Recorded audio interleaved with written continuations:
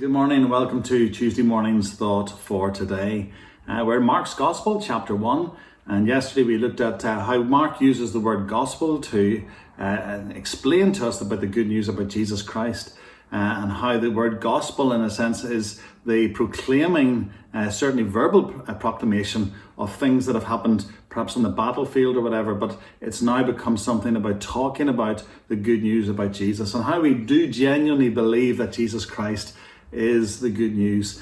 He is the one we need. He is the one who has the answers to what we're going through, and he has certainly got the eternal answers to the questions many of us wrestle with. This morning I want to just peek into the second part of the second verse of Mark chapter 1, where Mark then decides to quote somebody. He quotes an Old Testament prophet. He quotes Isaiah, who is very often referred to as the greatest of the prophets.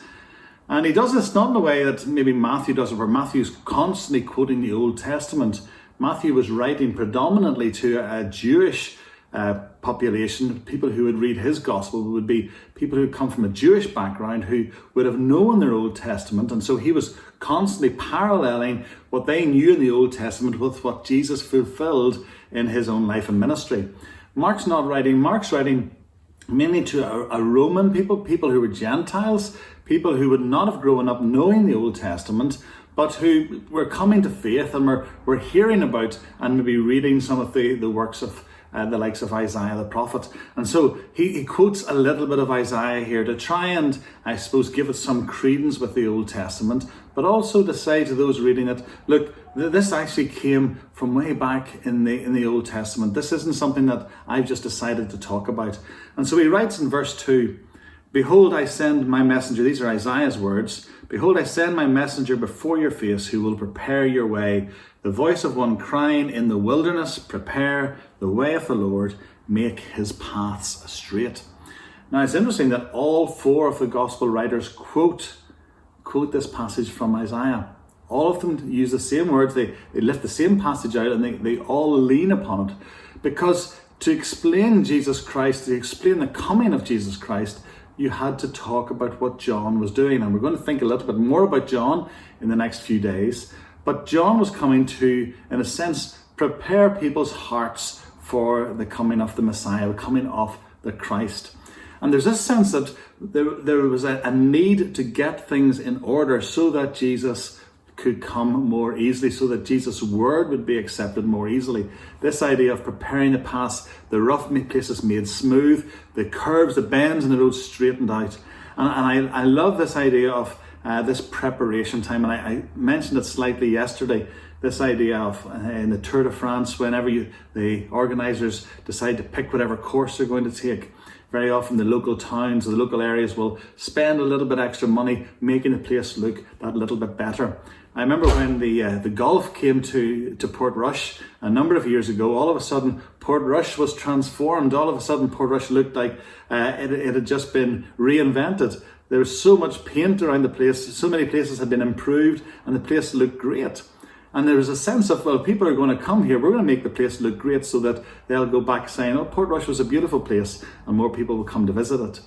Here in the Bible, it was about getting yourself ready, getting ready for the coming of Jesus Christ.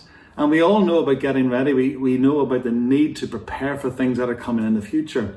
So often you hear about people talking about going on a diet before they head off on their summer holidays, because they know they're going to maybe have to expose their body on a beach somewhere, and they don't want to be embarrassed. And so they make preparation about getting the rough places smooth and the fat places slimmer, etc., etc. And so there's this idea that if Jesus is going to come, God has sent this person ahead to announce Jesus.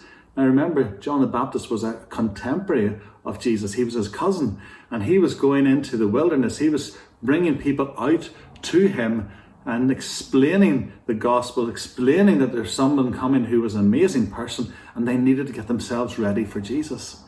And there's a challenge there for every one of us. Now, certainly for those of us who go to church on Sunday, and I pray that more and more so as we move into September, you will be preparing yourself for going to church on a Sunday.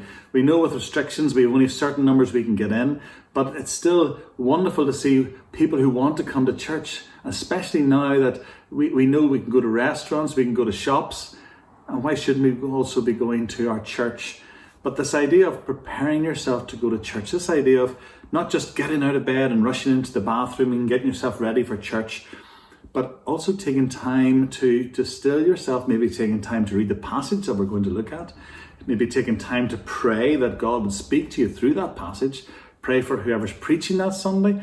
And so you come in a way prepared to worship God, prepared to allow Jesus Christ to come and speak into your life. I sometimes wonder when people leave church and they say, oh, it was okay, I didn't get much from the service today. Maybe you didn't get much from the service because you weren't necessarily preparing yourself to receive much from the Lord. And so there's a challenge there for you as you think about coming out at the weekend. I know this is only Tuesday, but think about coming into God's presence. Think about going to the prayer meetings, the Zoom prayer meetings. Think about those times when we worship corporately, those times when we know we're obviously going to hear God's word. Ask God to prepare your mind. Ask God to take away those distractions. Ask Him to smooth out those areas where you know there are thoughts that shouldn't be there. To take that time to prepare the way for the Lord to speak into your life. I wonder if you can relate to what I'm talking about today. Hopefully you're having a good Tuesday. Tomorrow's Wednesday, and I look forward to seeing you then. God bless.